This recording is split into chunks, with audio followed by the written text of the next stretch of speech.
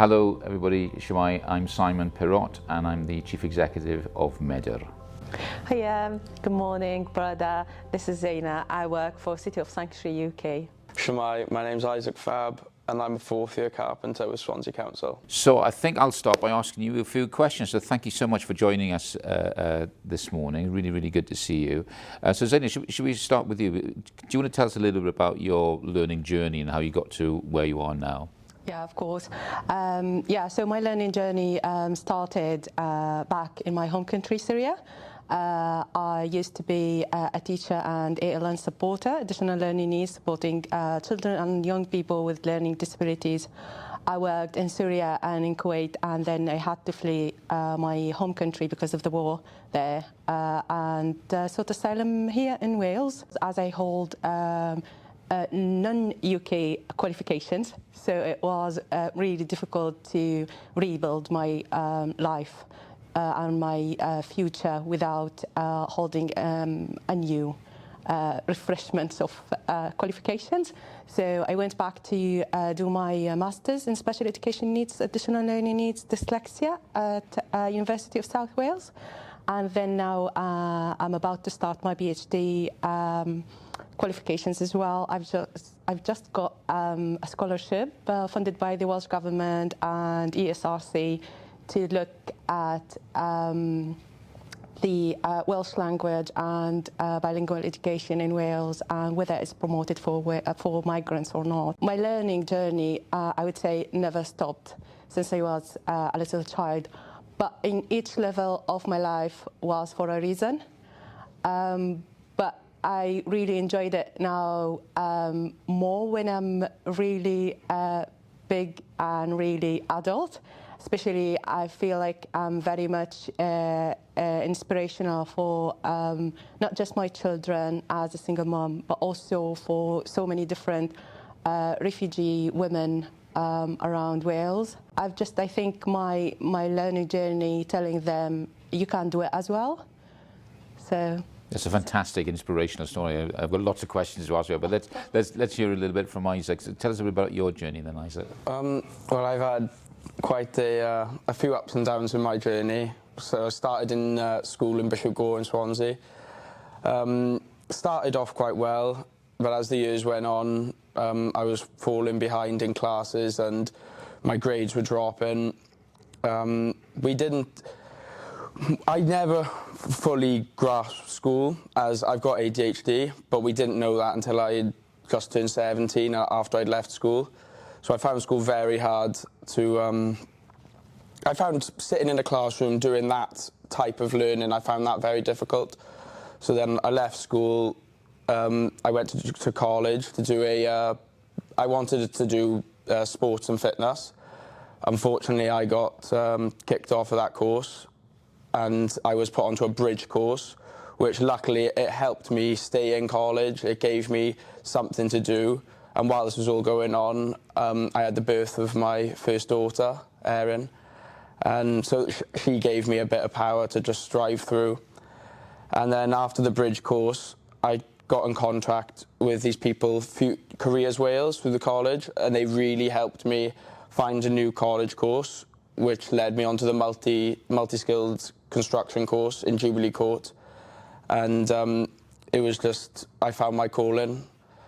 And then after a year of doing that course and still keeping in contact with Careers Wales, they helped me secure a position with Swansea Council as an apprentice. And since then, we haven't looked back. It's just been amazing. My grades have come back up. I got my maths GCSE through the college. And yeah, I'm looking to get a distinction now, my level 3. So we've come a long way. Fantastic, an equally inspirational story.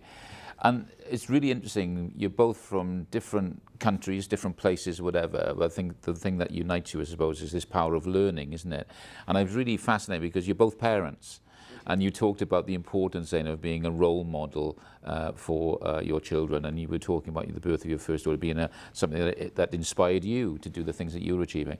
Can you say a little bit about that role of being a role model and how important learning is for your children as well? So again, back to myself when I was little, so education was it wasn't like an option in my family. It was a need. It was something you can't say no to it.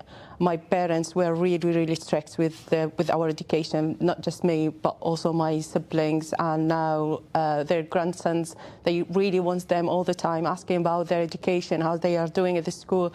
So yeah, I have that bit of background of being very much determined, I would say, when it comes to education. But yeah, also with the children, I really want them to have that pride of themselves, especially with being migrants or forced migrants, basically, with lots of stigmas there. And I think education really, really important in terms of clearing up all these stigmas and these labels, and saying, no, we are really, I would say, like, positive people. We can give back to the community that hosted us, and we are now calling it home.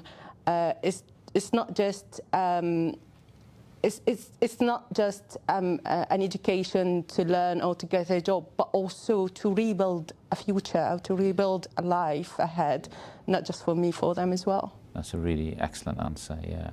Isaac, what are you thinking? Well, being a parent and a role model is something you can't understand until you have kids. And like recently, I've just realised how much both of my parents did for me when I was struggling in school. Like, I got kicked out of school, didn't finish it, and just the time and effort that they put in to help rebuild me is just something I want to give my kids. And I want to give them the options my parents gave me. And you can't fathom it until you have someone like this in your life, like a child in your life. And it is a big drive, and it's got me where I am today. And I'm sure it's helped you and everyone. It's a big push, and you want them to be happy and have the options that you had as a child. So. And I'm sure you're going to inspire your children to achieve great things. I can understand just talking to you about how you've won your Inspire Awards as well. It's really inspirational stuff. Tell us a little bit about, if we may have people watching this that might think about, well, it's okay for you, education, whatever, it's not really right for me. What advice would you give to someone who's thinking about further learning or picking up a new skill? What advice would you give them? Should we start with you, Isaac? Yeah, so like I said, I got kicked out of school. I hated in-class learning, but that isn't the be-all, end-all of education. Like, I found an amazing path with Swansea Council and in an apprenticeship programme, and it's not just construction, there's a million options out there, and it's not just classroom learning, you can do hands-on learning. Also, you are getting paid for it as well, which is a bonus, but you're not stuck in a classroom, you're out doing things hands-on. So I would recommend it to anyone. It's the right form of learning for you? Yeah, it's the right form of learning for me, yeah, exactly. Did you ever feel like giving up, Isaac? Oh, yes. And so what stopped you? When you get to those moments, because we all have those moments when you think, do you know what, I'm going to just jack it in and I'm not going to do it. What made the difference that made you continue?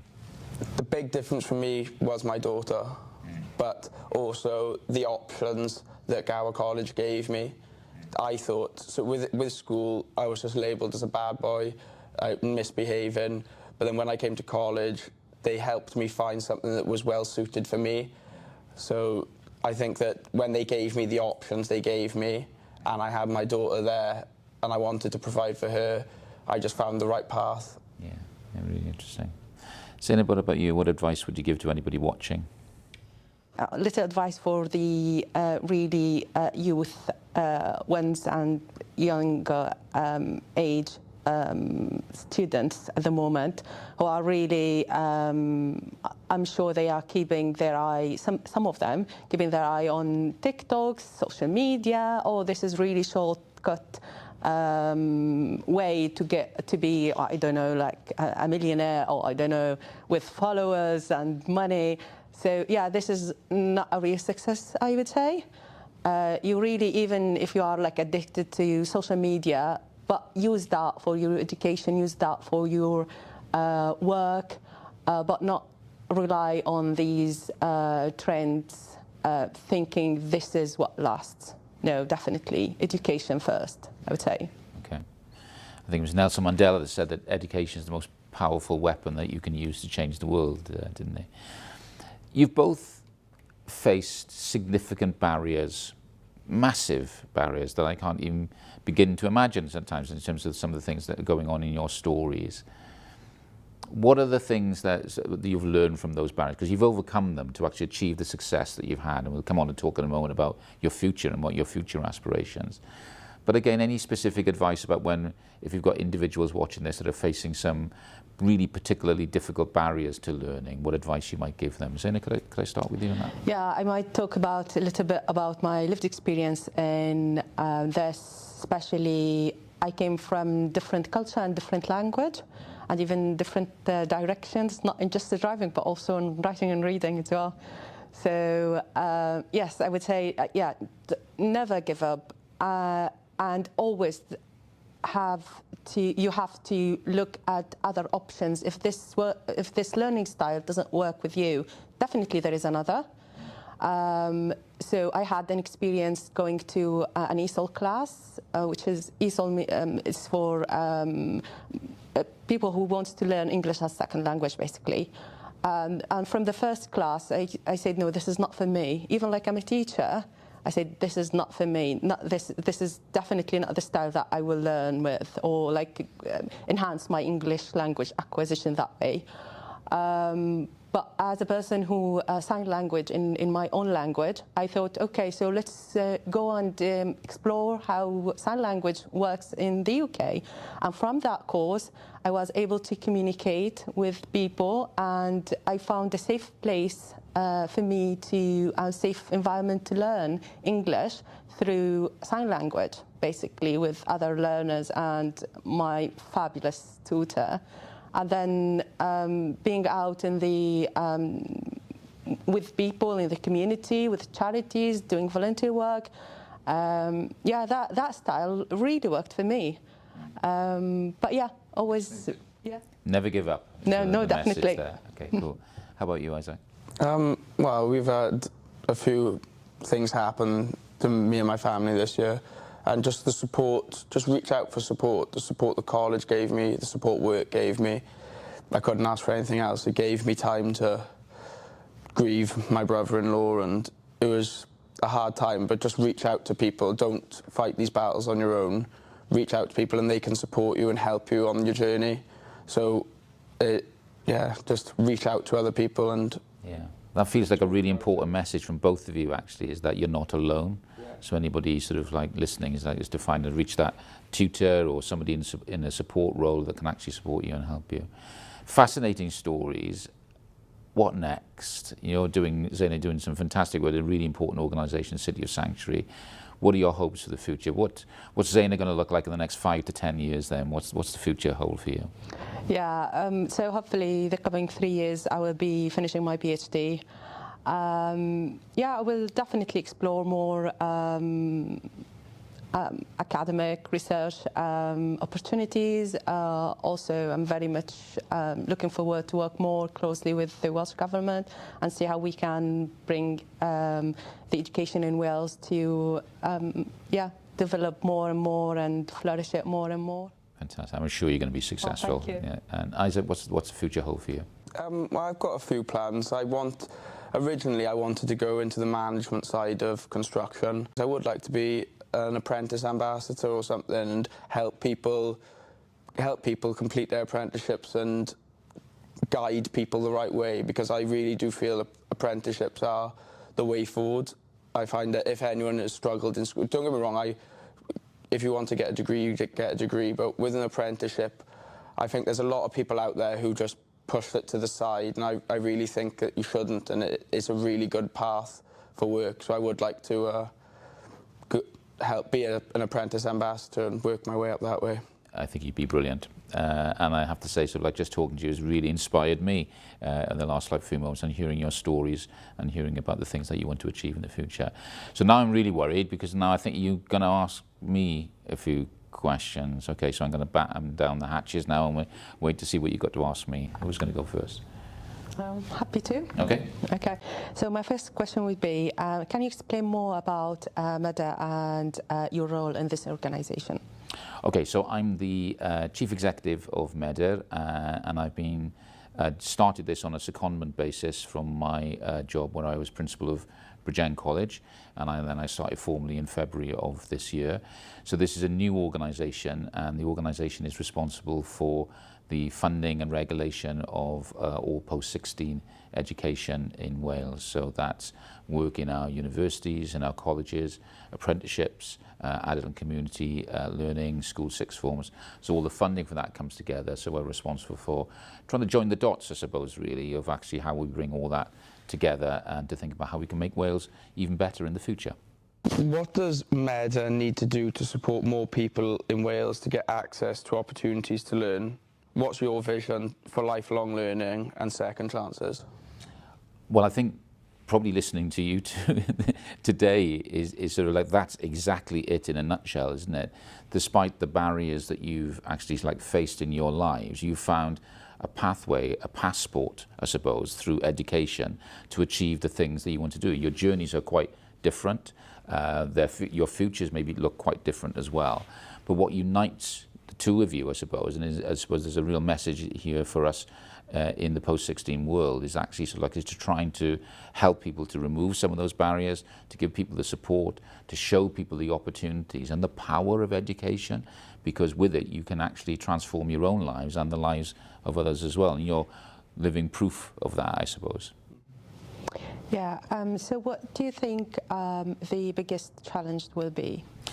I suppose an easy answer is funding, because it's going to be really difficult. We know that over the next few years, and there's lots of ambitious plans that everybody will have for the future, but we know that things are going to be really tight and really, really difficult. But if we park that to one side for a moment, I think one of the challenges is sometimes we maybe need to think differently. Sometimes if we do things the way we've always done things, we get what we've always had. And I think that sort of, again, there are many more individuals like the two of you out there that maybe aren't seeing the possibilities in education that you've seen, that has got you onto the trajectory and the path that you're on. So I suppose one of the challenges is how we get everybody to work together to think about how do we make the system, make the provision even more powerful in Wales in the future. So that's one of the challenges, I think. And what are you most looking forward to doing? Conversations like this, actually, is one of the things that I miss, I suppose, in my previous role working in a provider is even more opportunities to talk to learners. And I think you've been a great example today of reminding me about sort of at the end of that spreadsheet and those numbers that you might look at on a computer screen or whatever, there are real individuals that we're trying to make an impact on here. And that everybody who goes into education, I think, does it from a point of view of wanting to help and support and to help transform lives. And it's about reminding us constantly of that's the purpose of what we're trying to do. So there are more Zainas and Isaacs out there that are having the kind of journey that you're having at the moment, which is so positive. My last question would be, what do you think the learning for adults and lifelong learning would be the coming 5-10 years? Well, again, I hope sort of one of the duties that we have as Medr is to promote lifelong learning, to think about how we're doing that. There's work for us to do in Wales. We want more people to achieve higher qualifications. We want more people to be engaged in learning. So I think in 5-10 years' time, what I would hope is that there are more Zainas and Isaacs out there. There are more people that are actually accessing learning and upskilling the skills that they already have. That's what success would look like, I think. Amazing, thank you. Thank you. And you're obviously in a very prestigious role at the moment. What led you here? At the moment. At the moment. So, yeah. Well, have you got plans for me to do something else? I might. But what got you here today? What was your learning journey like? That's a really interesting question. If I go way, way back, and I know we were talking earlier that sort of like we're both sort of from Swansea, and so I grew up on the east side of Swansea. My dad died when I was 9 years old. I was one of 4 sort of like children. I saw my mother Talk about role models, my mother working 4 cleaning jobs to make sure that we had the school uniforms and all the things that we actually sort of needed. So I suppose that was my inspiration, and I kind of fell into teaching, if I'm totally honest. I did my degree and then wasn't sure what I wanted to do, so I thought I'll be a student for another year and did my PGC. But within 30 seconds of being in my first classroom, my first class that I took, I knew this was something that I was absolutely passionate about, and I was so lucky that I'd fallen into this vocation, my calling, if you like, just like you've found your thing, and I found that, and I just realized that education was so important to me. I had some of those teachers and family members that took me to one side, that saw something in me when I couldn't see it maybe in myself, and held up the mirror to me and said, like, yes, you can. You have the ability to do some of these things. So I followed that trajectory. And then as a teacher, I suppose, I was just fascinated by how you help people to unlock themselves, to actually make them realize that actually they are able and they do have capabilities. Because we all have those inner voices, don't we, that says like, no, you can't. Who do you think you are? You can't do this yet. But yes, you can. And anything is possible if you have the right sort of like attitude. And you only need at least one person, just one person around you that sees that belief in you. And that's what I tried to do as a teacher, I suppose, with the students that I taught in schools, in colleges and in universities, to see how they could achieve their potential. So that was my journey, and it influenced what I did later on in life, I suppose. And I'm coming towards the end of my career, I suppose, and you're right there. I'm really envious. You're so young and sort of like you're right at the start sort of like of it all, which is really sort of inspiring. But that's what I tried to do, and that was my journey into it. I also had an elder brother who went into teaching ahead of me, and that made me start thinking about teaching as well. He was a very important role model for me. Touching on that, you said holding the mirror up for students to realise how good they are. I think that's a very good point about that some people just need that push from the teacher, or maybe not immediate family, from someone who has seen you do your work and just tells you you've got it in you to push you. So I do think that's a very good point. Yeah, absolutely. I mean, I remember I had a couple of teachers at my old school in Morriston Comprehensive in Swansea, and they kind of, you know, could see, because I could have easily gone down a different path, I think, but they kind of made me see that there was something in me that I could achieve things, and I think that's a really important role of a teacher, is to help people to actually see that when they sometimes can't see it in themselves. Yeah, it's a really good point, Isaac. I think that's it. We're done. Excellent. No, great. Thank you. No, it was lovely talking to you.